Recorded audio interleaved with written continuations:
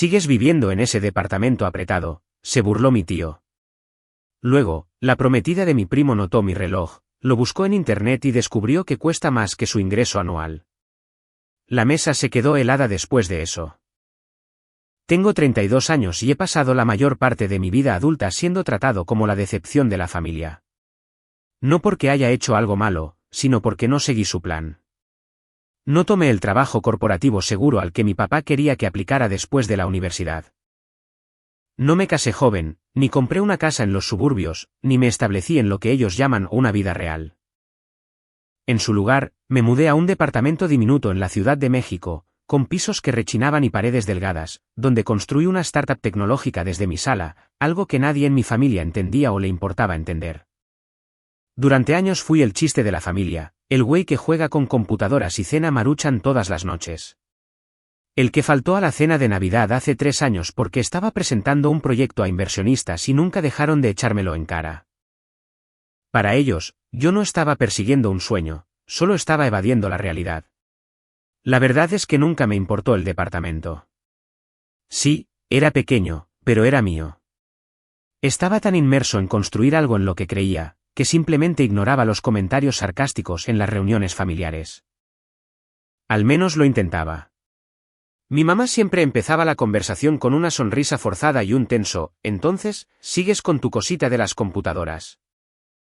Mi hermana Raquel, que se casó con un gerente regional de un banco y le encantaba hacérselo saber a todo el mundo, negaba con la cabeza como si yo fuera un perrito callejero que se rehusaba a ser entrenado.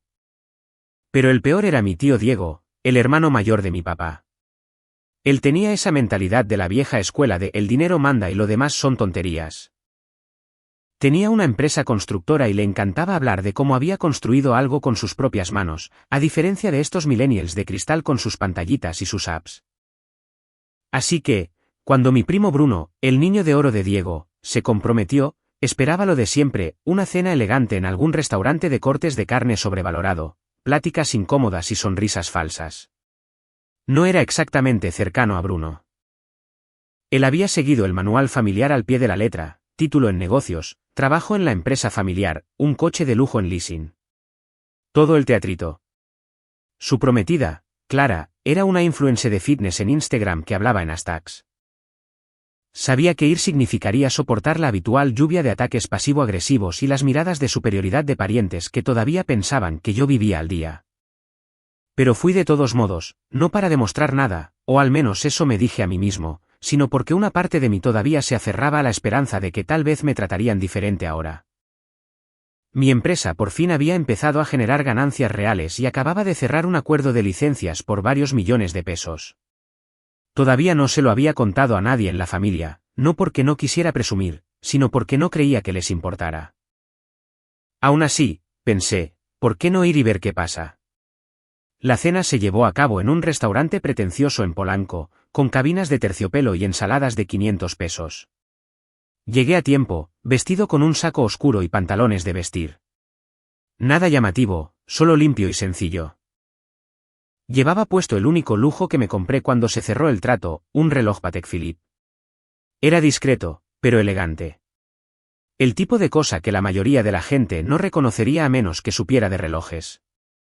Supuse que nadie en mi familia lo notaría o le importaría. Me equivoqué. En el momento en que entré, el tío Diego soltó su típica carcajada áspera y me dio una palmada en la espalda demasiado fuerte. ¿Sigues viviendo en ese departamento apretado, Mateo? Dijo lo suficientemente alto como para que algunas personas en las mesas cercanas voltearan. Debe ser acogedor cuando las ratas te arropan en la noche, ¿eh? Forcé una risita. No está tan mal. La renta es barata y estoy céntrico. Diego sonrió con burla y negó con la cabeza. Prefieres tirar el dinero en renta que construir patrimonio, muchacho. Tu papá debió darte unos buenos cinturonazos para meterte algo de cordura. Todos se rieron.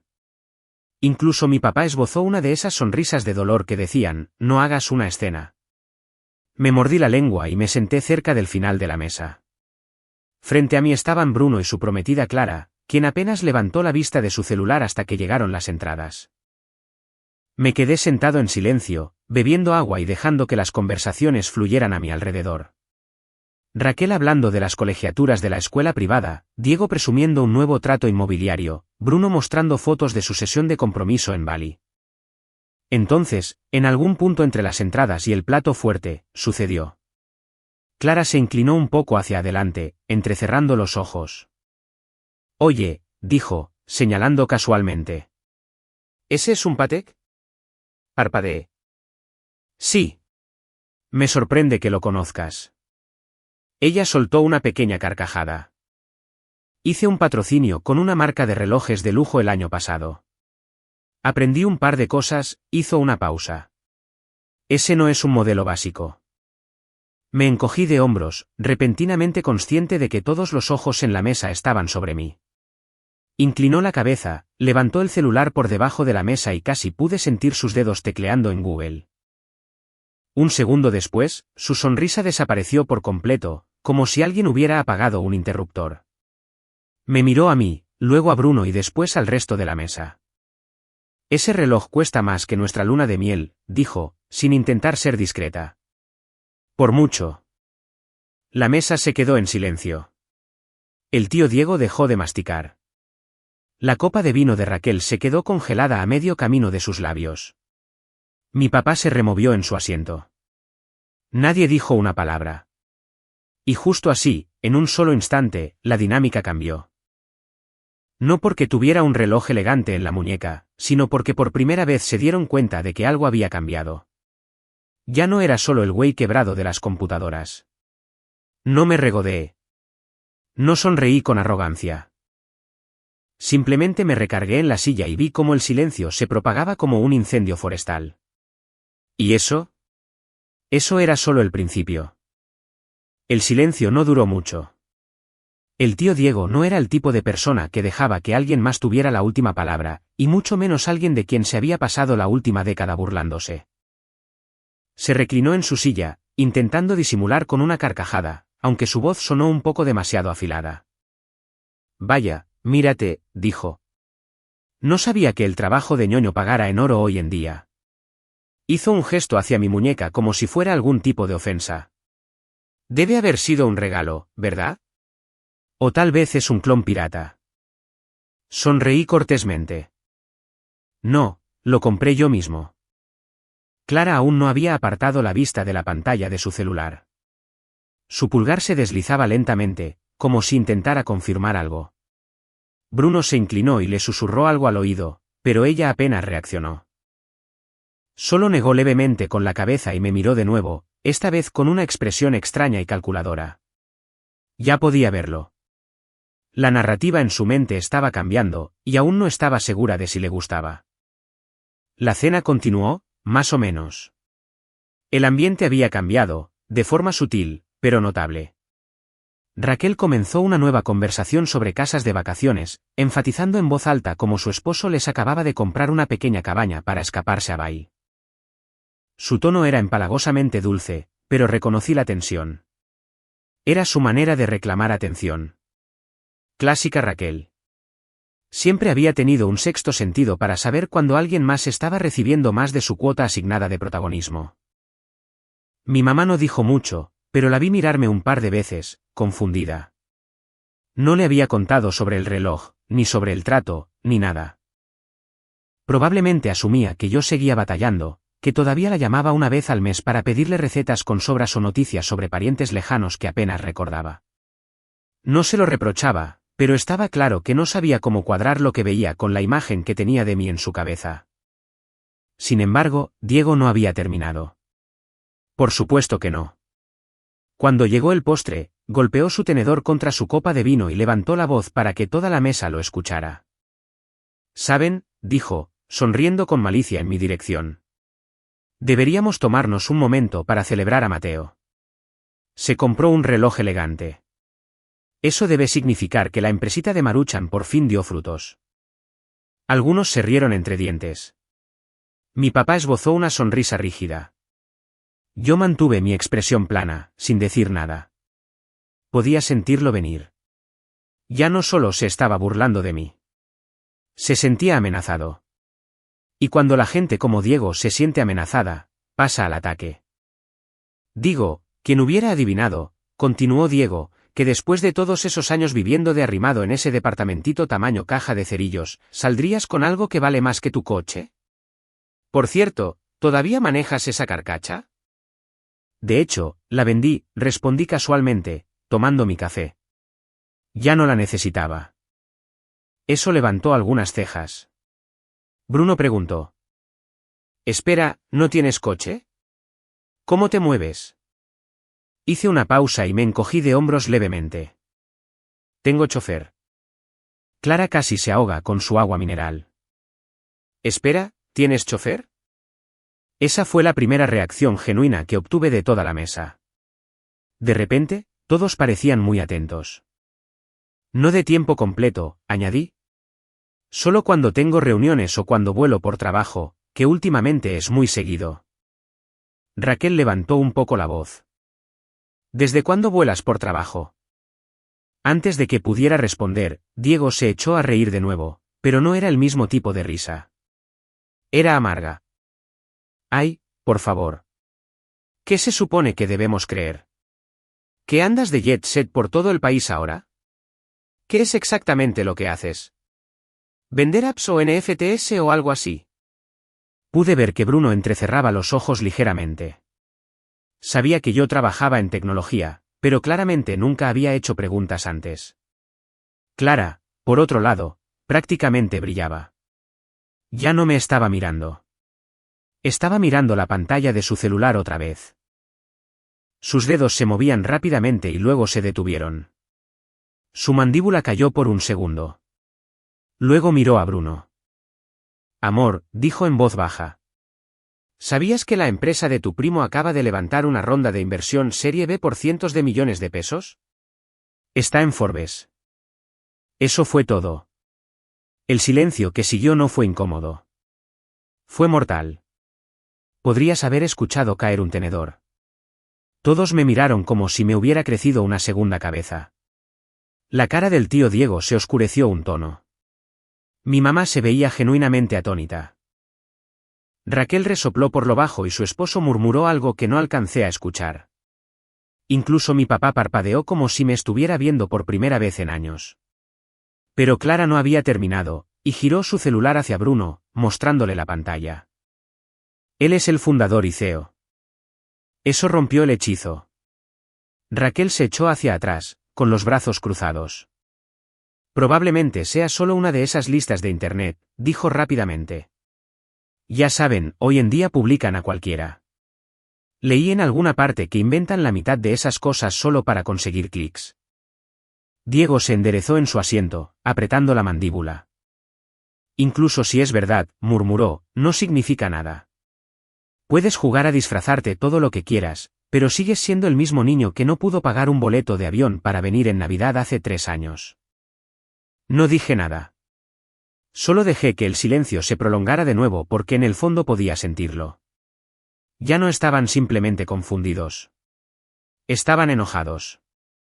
No porque hubiera mentido, no porque estuviera presumiendo, sino porque no los había necesitado.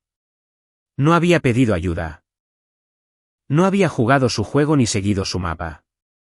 Y de alguna manera, lo había logrado de todos modos. Y para personas como Diego, ese tipo de independencia es un insulto. El resto de la cena pasó en una extraña neblina. Las conversaciones se volvieron frágiles. Las risas eran forzadas. Mi mamá trató de actuar normal, preguntando cómo iba el trabajo, pero su tono era tenso, como si estuviera tratando de armar un rompecabezas que no tenía sentido. Mi papá siguió bebiendo su vino. Callado. Raquel empezó a hablar de cómo los influencers falsificaban su patrimonio en Internet y cómo la gente debía tener cuidado con a quien idolatraba. Su esposo asentía como un perico. Clara no dejaba de lanzarme miradas furtivas. Sonreía ante cosas que yo decía, incluso cuando no estaba hablando con ella. Bruno se dio cuenta. Diego también. Después del postre, la gente empezó a irse. Algunos ofrecieron abrazos rígidos, otros solo un rápido asentimiento. Raquel ni siquiera me miró. Mi mamá me dio una sonrisa a medias, claramente insegura de cómo procesar la velada. Y luego estaba Diego. Mientras se ponía el abrigo, se acercó a mi lado y se inclinó. Que no se te suba a la cabeza, niño, dijo en voz baja. El dinero no te hace parte de esta familia. Me giré para encararlo. No sabía que necesitaba una invitación. Su mandíbula tembló, pero no dijo nada más. Mientras salía al aire fresco de la noche, miré hacia el cielo, con el aliento empañándose frente a mí. Debería haberme sentido engreído, triunfante, pero en cambio, solo me sentía cansado. Porque sabía que esa cena no había sido el fin de nada. Era el comienzo, y la verdadera tensión estaba por venir. No pasó ni una semana cuando llegó la traición. Recibí una llamada del departamento de fraudes de mi banco un martes por la mañana. Estaba en medio de la finalización de un contrato de asociación con una empresa de software logístico. Un trato importante. Meses de preparación. Cuando entró la llamada, normalmente la habría enviado al buzón de voz, pero algo en mis entrañas me dijo que contestara. La mujer al otro lado sonaba profesional, pero seria. Señor Cruz, dijo. Hemos detectado una serie de intentos de acceso a su cuenta comercial. Múltiples fallas de inicio de sesión y luego uno exitoso proveniente de un dispositivo en Monterrey. Hemos congelado temporalmente el acceso hasta que podamos verificar que no fue usted. El corazón me dio un vuelco. No, no fui yo, dije rápidamente. Estoy en la Ciudad de México. ¿Quién es? Me explicó que no podían darme un nombre sin una investigación formal, pero que quienquiera que fuera había adivinado mi correo de recuperación y las preguntas de seguridad. Incluso habían intentado redirigir el acceso de mi correo electrónico, probablemente para interceptar los códigos de verificación de 2 pasos. Las únicas personas que sabían esa información, el viejo apodo de la universidad que alguna vez usé, la calle en la que crecí, el nombre del perro de mi infancia, eran mi familia. Colgué y me quedé sentado en silencio por un rato, con el café enfriándose a mi lado. No me tomó mucho tiempo confirmar lo que ya sospechaba. Más tarde esa noche, abrí una carpeta compartida en mi antiguo Google Drive personal, uno que no había tocado en años, pero que alguna vez usé para enviar archivos a la familia en la época en que yo era el técnico gratis de todo el árbol genealógico. Tenía unos cuantos PDFs inofensivos, currículums viejos, algunas fotos y un documento que me dejó helado, una hoja de cálculo, la tabla de capitalización inicial y el pitch deck de mi empresa, una versión que había borrado de mis archivos locales hacía siglos. Pero que aparentemente había subido ahí alguna vez por accidente. Nunca lo pensé 2 veces en ese entonces, pero alguien había estado husmeando. Al día siguiente, recibí un mensaje en LinkedIn de un tipo que apenas recordaba, un inversionista ángel con el que había hablado una vez hacía un año. Me envió un enlace a un pitch de una nueva startup que había llegado a su bandeja de entrada, preguntándome si era una nueva rama de mi empresa. Hice clic en el enlace y el estómago se me retorció. Era Bruno. Bruno había enviado una versión casi idéntica de mi pitch original, apenas alterada bajo un nuevo nombre de startup. Su nombre figuraba como fundador y CEO. La descripción del producto, palabra por palabra, era lo que yo había construido, el problema a resolver, la solución, el lenguaje de la marca. Incluso la fuente tipográfica era la misma. Me lo había robado. Ni siquiera sabía por dónde empezar. Una parte de mí estaba atónita y otra parte no estaba sorprendida en lo absoluto. Recordé esa cena, Clara deslizando el dedo por la pantalla, susurrándole, la tensión en sus ojos cuando le mostró el artículo de Forbes. Ahora todo tenía sentido. No solo estaba celoso. Estaba planeando algo. Y no solo había copiado una presentación. La había enviado al mismo programa de aceleración por el que yo había pasado hace 2 años. Llamé a un amigo que trabajaba en el comité de evaluación allí. De manera discreta y cuidadosa, confirmó que, efectivamente, Bruno ya había pasado la primera ronda bajo un nombre de empresa diferente, pero con un producto que era una calca al carbón. Su propuesta incluía una arquitectura de backend patentada que resultaba ser exactamente el mismo sistema que yo había construido y protegido con ofuscación de código que solo alguien con acceso a mis copias de seguridad locales en Git sabría cómo revertir. Caminé en círculos por mi departamento, con la mente a 1000 por hora. ¿Cómo había logrado acceder a mis archivos? Y entonces recordé la cena. Ese extraño momento en el que Clara me preguntó sobre mi reloj y lo escaneó. Las miradas prolongadas. La repentina curiosidad. Había dejado mi celular en la mesa cuando fui al baño. Y no lo pensé 2 veces. Había sido descuidado. Una contraseña, una sesión guardada en el navegador, un enlace olvidado en mi Drive. Y Bruno tenía lo que necesitaba. No solo quería copiarme. Quería ser yo. Esa realización dolió más de lo que esperaba. Me senté y abrí mi laptop, inicié sesión en el portal interno de mi equipo legal. No quería saltar directamente a la guerra, pero si no actuaba ahora, esto podría salirse de control y convertirse en algo que no podría contener. Antes de presionar enviar, dudé, porque debajo de la rabia había algo más, traición. Bruno era mi primo, mi sangre, el güey con el que jugaba Nintendo en el sótano de la abuela. No éramos cercanos, pero compartíamos la misma sangre. Compartíamos cumpleaños, navidades, historias. Nunca imaginé que me apuñalaría por la espalda de esta manera. No para robar lo que había construido, no para fingir que se lo había ganado. Recordé cuando recién empecé mi empresa y todos se reían a mis espaldas. Él incluido. Solía llamarlo la Liga de Fantasía Ñoña de Mateo. Lo dejé pasar, dejé que se me resbalara, porque pensé, algún día lo verán. Y ahora lo había visto, y en lugar de estar orgulloso, intentó arrebatármelo. No podía decírselo a nadie en la familia. Aún no. Sabía exactamente cómo terminaría. Dirían que estaba exagerando, que Bruno probablemente no lo hizo con mala intención, que simplemente debería hablar con él y resolverlo como familia. Pero no estaba dispuesto a dejarlo pasar. Esta vez no, y mientras miraba fijamente la plantilla de la notificación de cese y desista en mi pantalla, supe que esto ya no se trataba solo de una presentación robada. Esto era la guerra, y Bruno acababa de disparar la primera bala. Esa noche no envié la carta de cese y desista. Mi dedo rondó sobre el botón por lo que parecieron horas, temblando, con los ojos clavados en la pantalla, pero algo dentro de mí me contuvo. Tal vez fue el agotamiento. Tal vez fue la negación. O tal vez, en el fondo, todavía quería creer que no era real, que Bruno había entrado en pánico o se había dejado llevar, que podría confrontarlo y se disculparía, que habría una forma de arreglarlo. En lugar de eso, simplemente cerré la laptop y me quedé sentado en la oscuridad. Esa noche no dormí. Me quedé acostado en el sofá, mirando el techo, escuchando cada crujido del viejo departamento como si me estuviera gritando.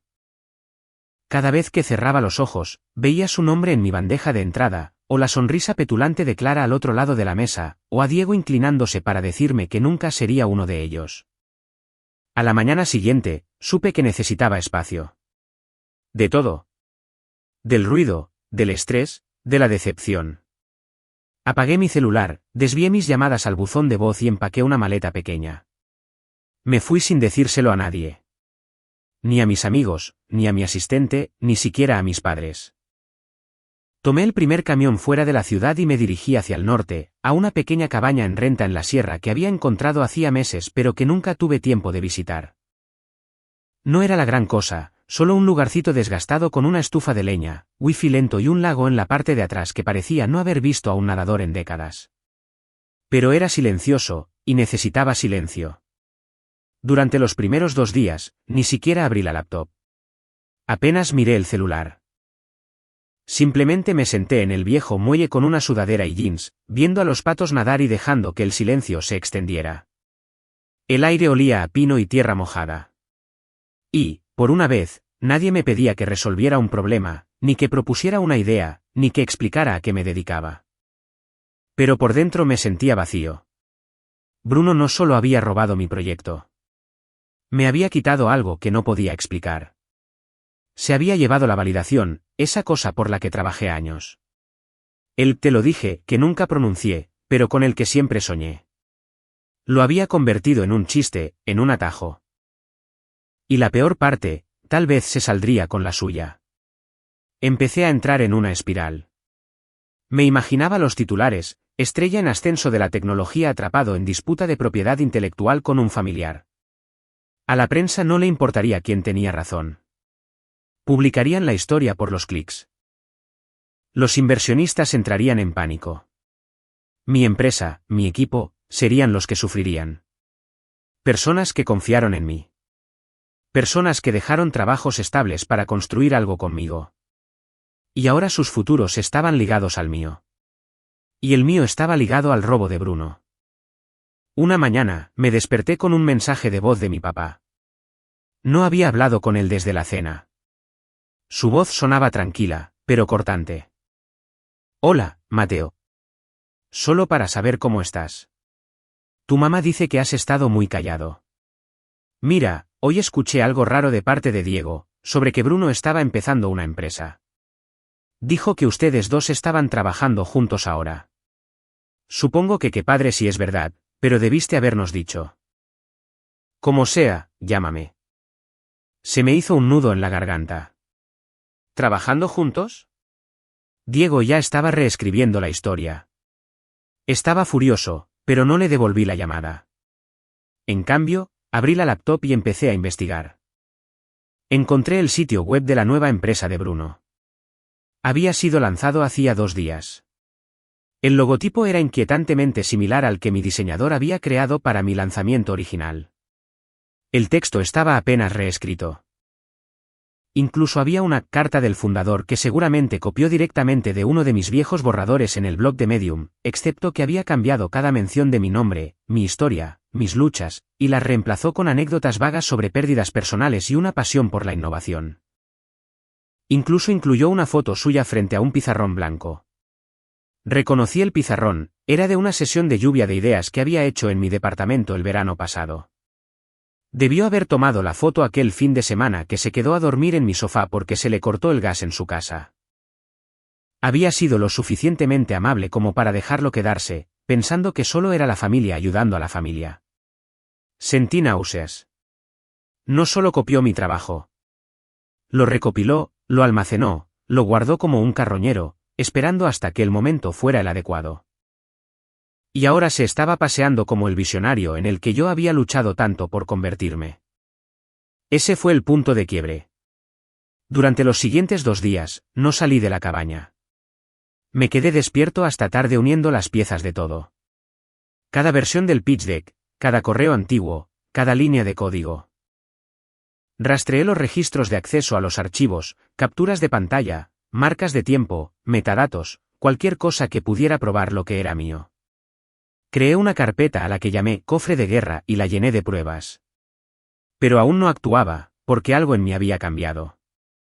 Ya no estaba enojado. Había terminado. Terminé de intentar demostrar mi valor a personas que nunca me vieron. Terminé de presentarme a cenas familiares donde tenía que justificar mi existencia. Terminé de quedarme callado para llevar la fiesta en paz. Y tal vez no quería venganza. Aún no. Lo que quería era claridad. Lo que necesitaba era distancia. Cuando finalmente regresé a la ciudad, no le dije a nadie. Me escabullí en mi departamento como un fantasma y me senté en el suelo a ver cómo el amanecer se asomaba por las persianas. Mi bandeja de entrada estaba a reventar. Inversionistas, periodistas, incluso un par de primos lejanos que de repente se habían enterado del negocio y querían reconectar. Y luego, enterrado debajo de todo eso, había un correo de Bruno. Sin asunto, solo un mensaje de una línea: hablemos antes de que esto se ponga feo. Ese fue el momento en que lo supe. No solo esperaba que yo lo ignorara. Contaba con que lo hiciera, porque eso es lo que siempre había hecho.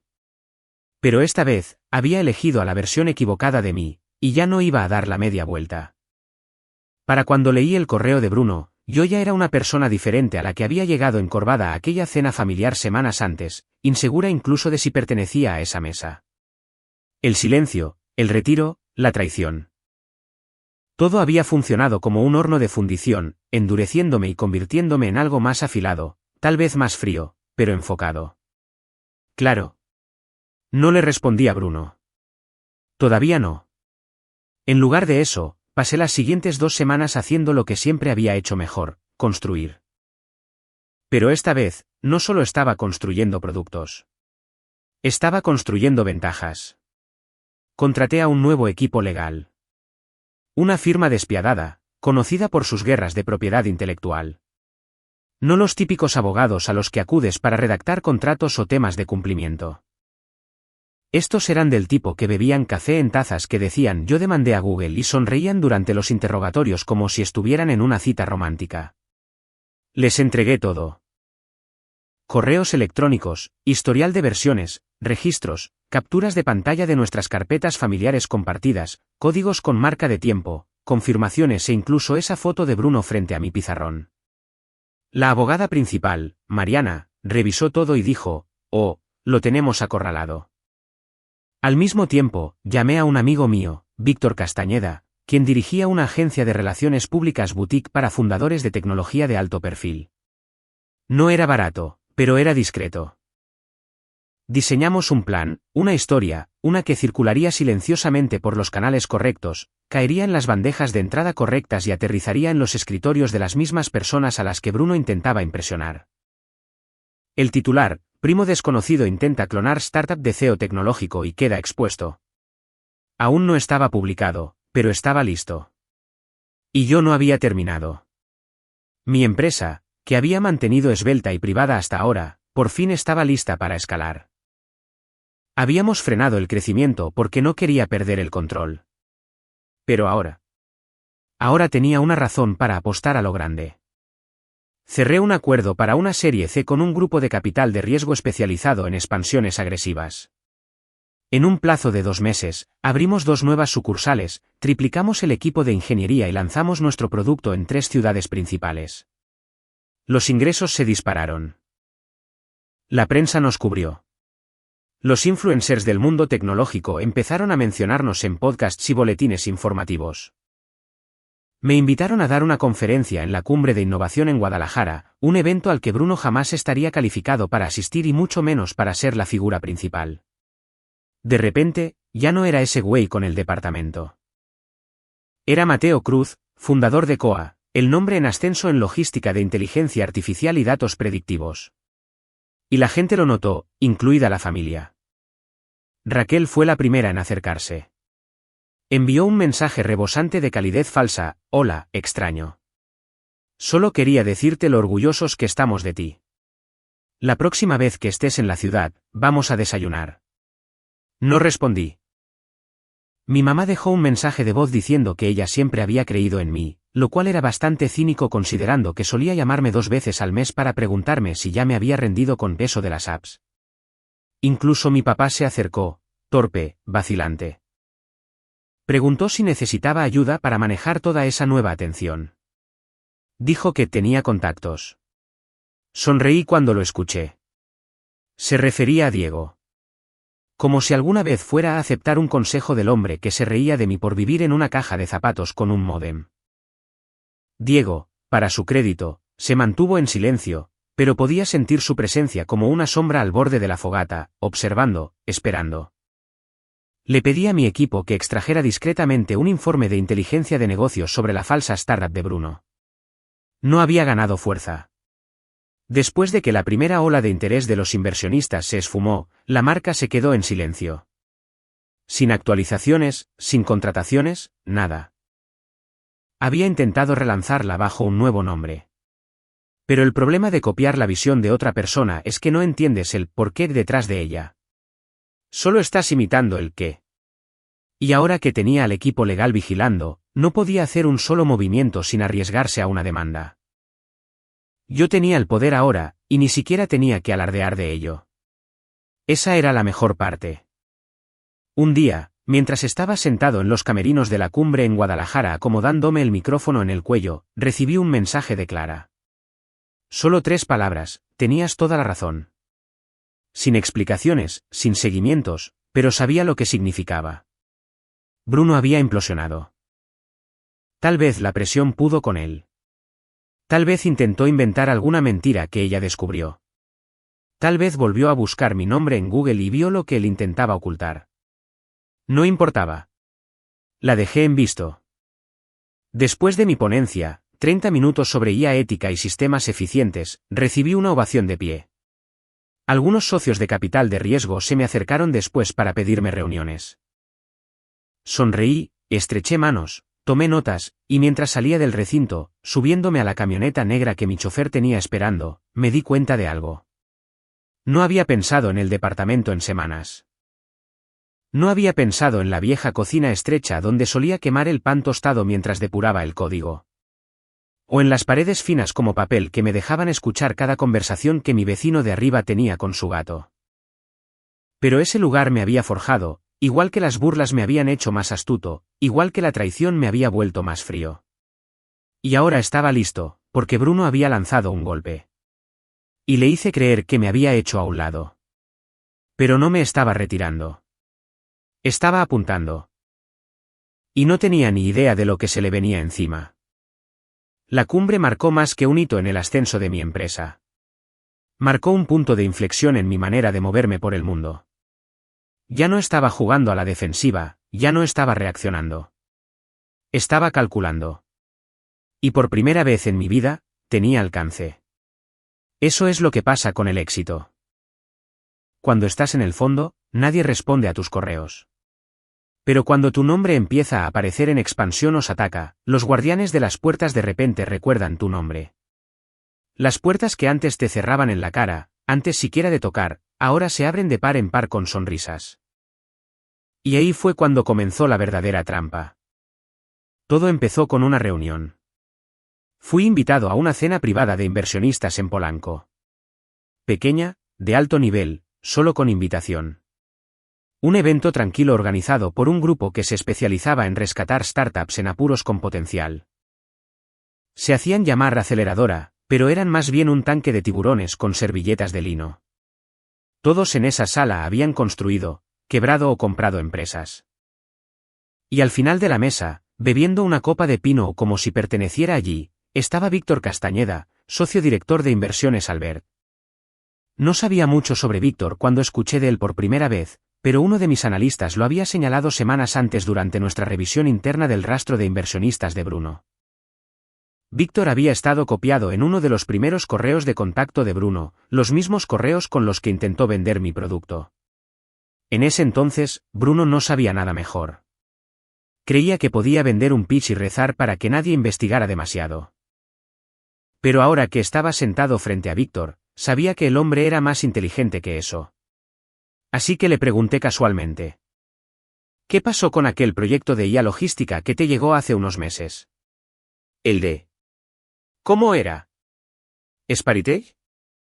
Víctor parpadeó lenta y deliberadamente. ¿Sabes de eso? Asentí. Digamos que estoy familiarizado con el material original.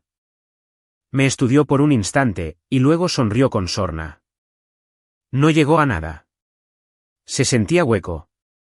Como si alguien hubiera robado unos planos sin haber leído el manual de instrucciones. Ambos sabíamos exactamente a qué se refería. No indagué más. No era necesario, porque en ese momento vi cómo se formaba la estrategia. Esta no era gente a la que le gustaran los copiones. No financiaban a farsantes, pero sí disfrutaban ver una caída bien ejecutada, especialmente si protegía sus propias reputaciones. Víctor se inclinó hacia mí. ¿Buscas expandirte? Preguntó. Tal vez, respondí. Si el momento es el adecuado. ¿Y si te ayudamos? Hice una pausa, fingiendo que lo pensaba. Depende de lo que quieras a cambio. Sonrió. Solo un asiento en la mesa. Y tal vez una historia que seguir. Esa noche, de vuelta en mi suite de hotel, inicié una llamada segura con Mariana, mi abogada. Creo que es la hora, le dije. No me preguntó a qué me refería. Había estado esperando. Lanzamos una investigación silenciosa. Nada oficial, no todavía. Solo lo suficiente para rastrear dónde se había constituido la falsa startup de Bruno, qué cuentas bancarias estaban vinculadas a los registros y, lo más importante, a dónde había ido a parar el dinero. Y fue entonces cuando descubrí algo que me revolvió el estómago. Había sacado un préstamo personal respaldado por un aval de la familia, mi papá. Aparentemente, Bruno acudió a él semanas después de aquella cena, le inventó alguna historia sobre cómo yo lo había invitado a colaborar y le estaba dejando tomar las riendas de una nueva división. Le dijo que era un proyecto de la familia primero, que no quería agobiarme con todo el trabajo, así que él se encargaría del pitch porque yo estaba demasiado ocupado con la empresa principal como para manejar otra rama. Y mi papá, siempre desesperado por ser parte de algo significativo, le había creído. Firmó como aval un préstamo por 5 millones de pesos. El nombre de Diego también estaba en el papeleo. Armaron un pequeño triángulo de inversión familiar, todo bajo la ilusión de que por fin estaban sacando provecho del éxito de Mateo. Bruno les había prometido acciones, les prometió que se les pagaría 5 veces más. Pero el dinero. El dinero había desaparecido. Lo había gastado casi todo en branding, consultores, menciones pagadas, rentar una oficina en un WeWork que casi ni usaba y, por supuesto, en la marca de bienestar de Clara, la cual intentaba lanzar a la par de su startup como un proyecto de sinergia. Todo era humo, y el fuego estaba a punto de encenderse. Mariana y yo nos sentamos con el oficial de cumplimiento interno de una de las exposiciones de startups más grandes del país, la misma donde Bruno había postulado a Sparitech para presentar. La oficial revisó el registro y frunció el ceño. Falsificó esto, dijo, señalando las referencias de patentes enumeradas. Estas ni siquiera existen. Eso fue suficiente para iniciar una descalificación discreta. No hicieron ningún escándalo. Simplemente eliminaron su nombre de la lista de oradores. Sin llamadas, sin advertencias. Y eso era solo el principio. Porque Víctor ya no sentía solo curiosidad. Estaba interesado.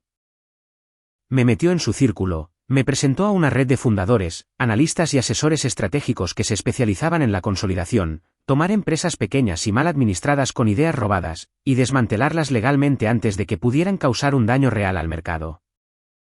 Y yo tenía en mis manos la prueba principal.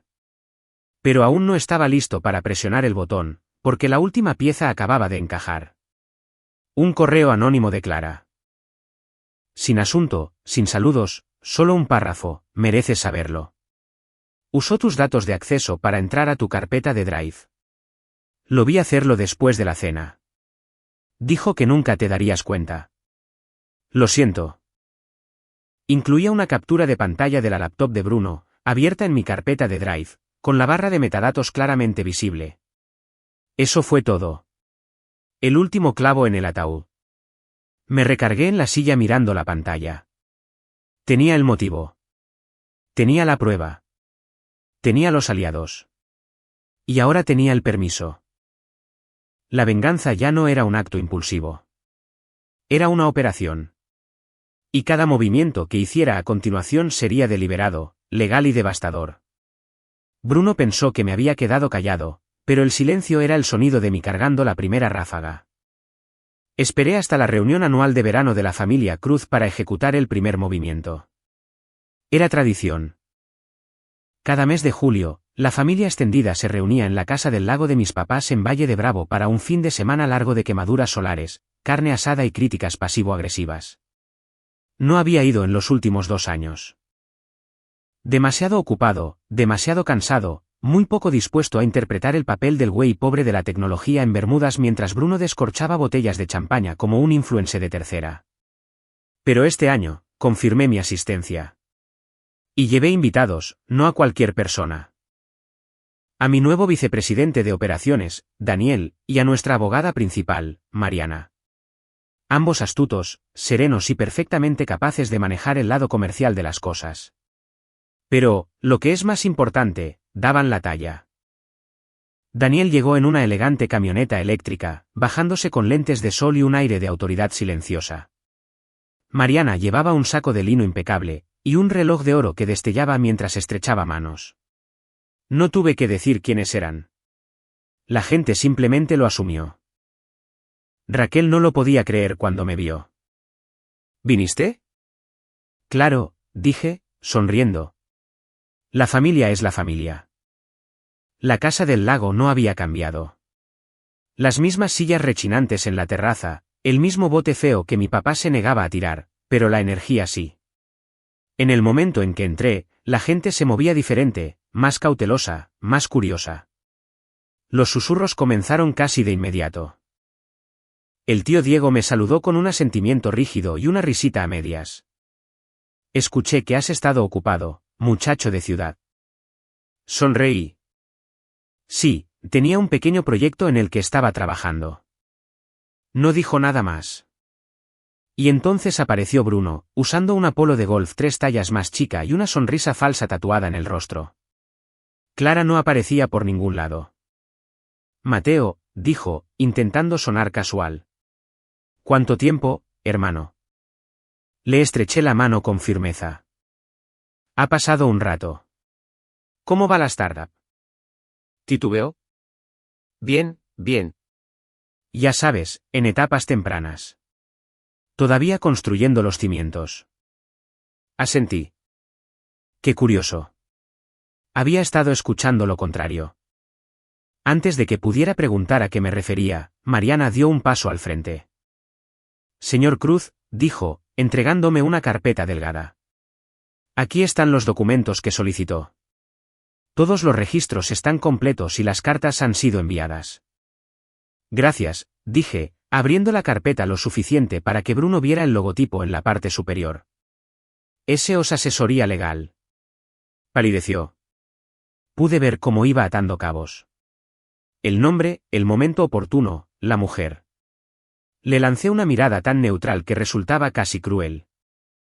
Podría ser un buen momento para que pongas tus papeles en orden. Abrió la boca, pero no salió nada. Esa noche, después de la carne asada y de la plática incómoda, convoqué a una reunión en la terraza. Todos estaban allí. Mamá, papá, Diego, Raquel, algunos primos.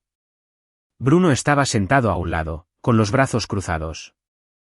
Quería aclarar algo, comencé, de pie junto al barandal.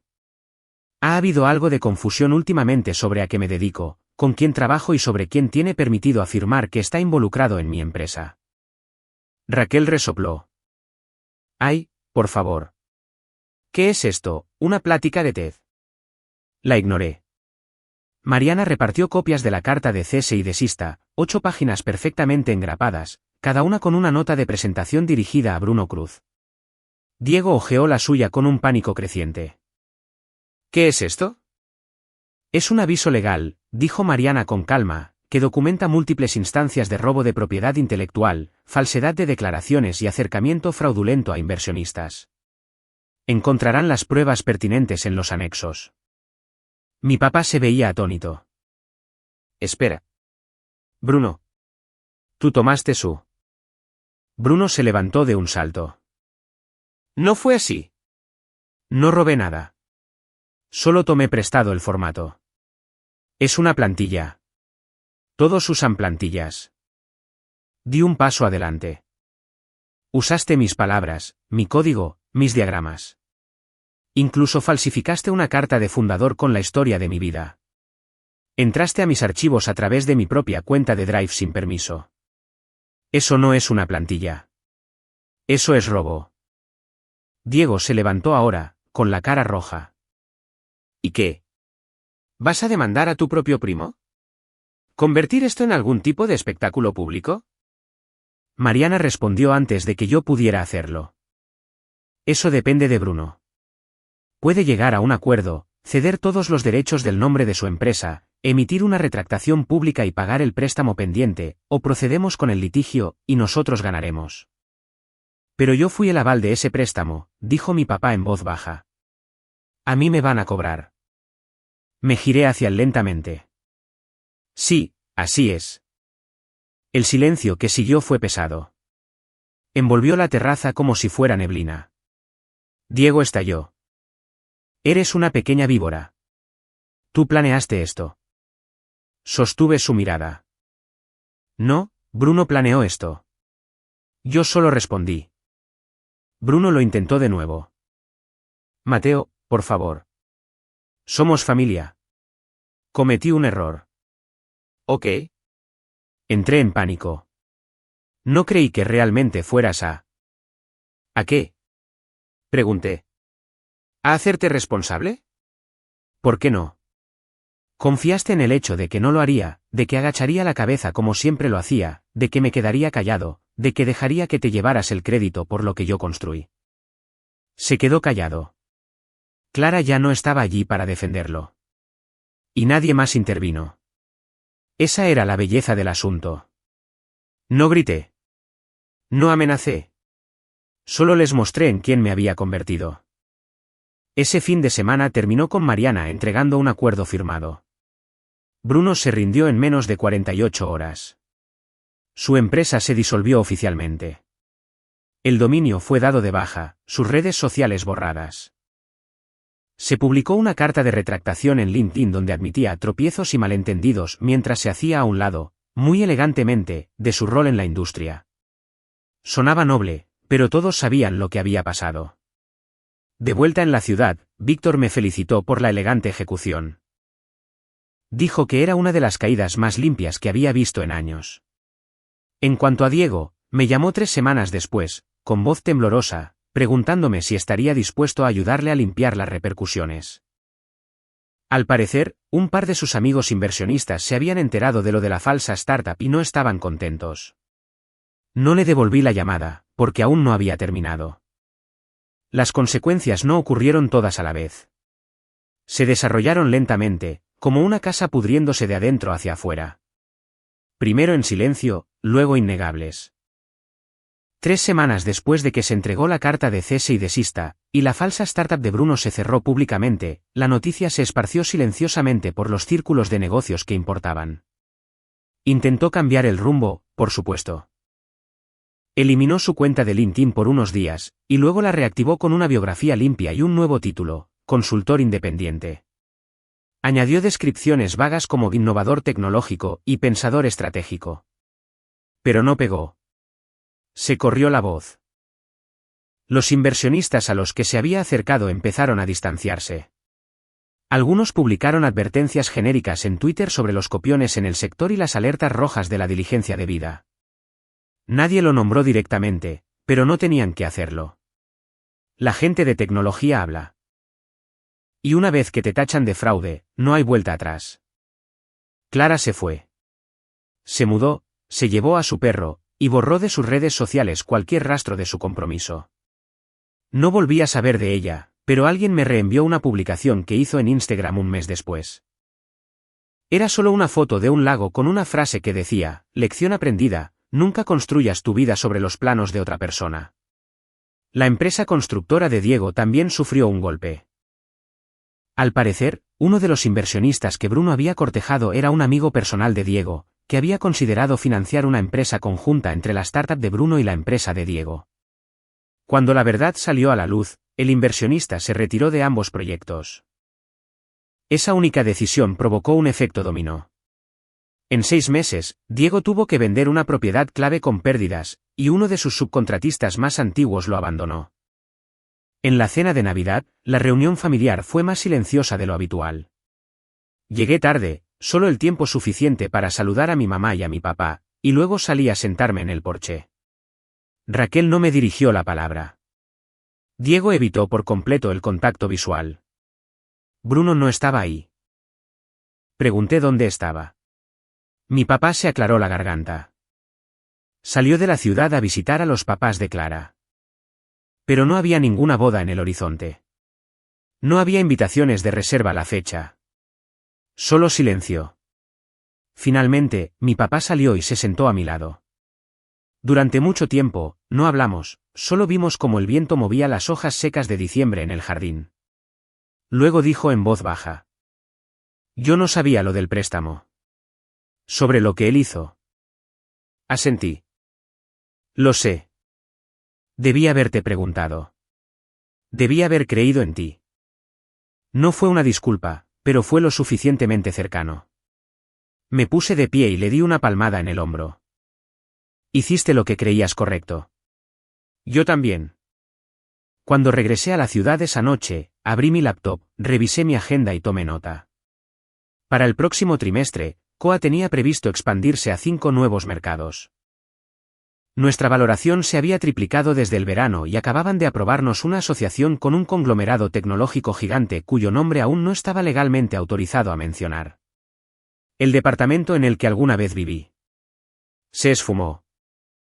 Doné la mayor parte de los muebles y le entregué las llaves al hermano menor de un amigo que estaba tratando de iniciar su propia empresa.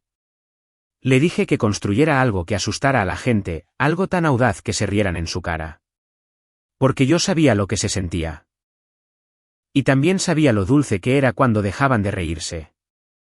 Bruno nunca volvió a buscarme, ni para disculparse, ni para dar explicaciones, ni siquiera para defenderse.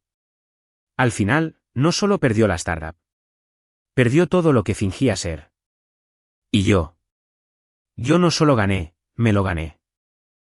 Las mismas manos que usaban para señalarme y reírse de mí, ahora temblaban al estrechar la mía.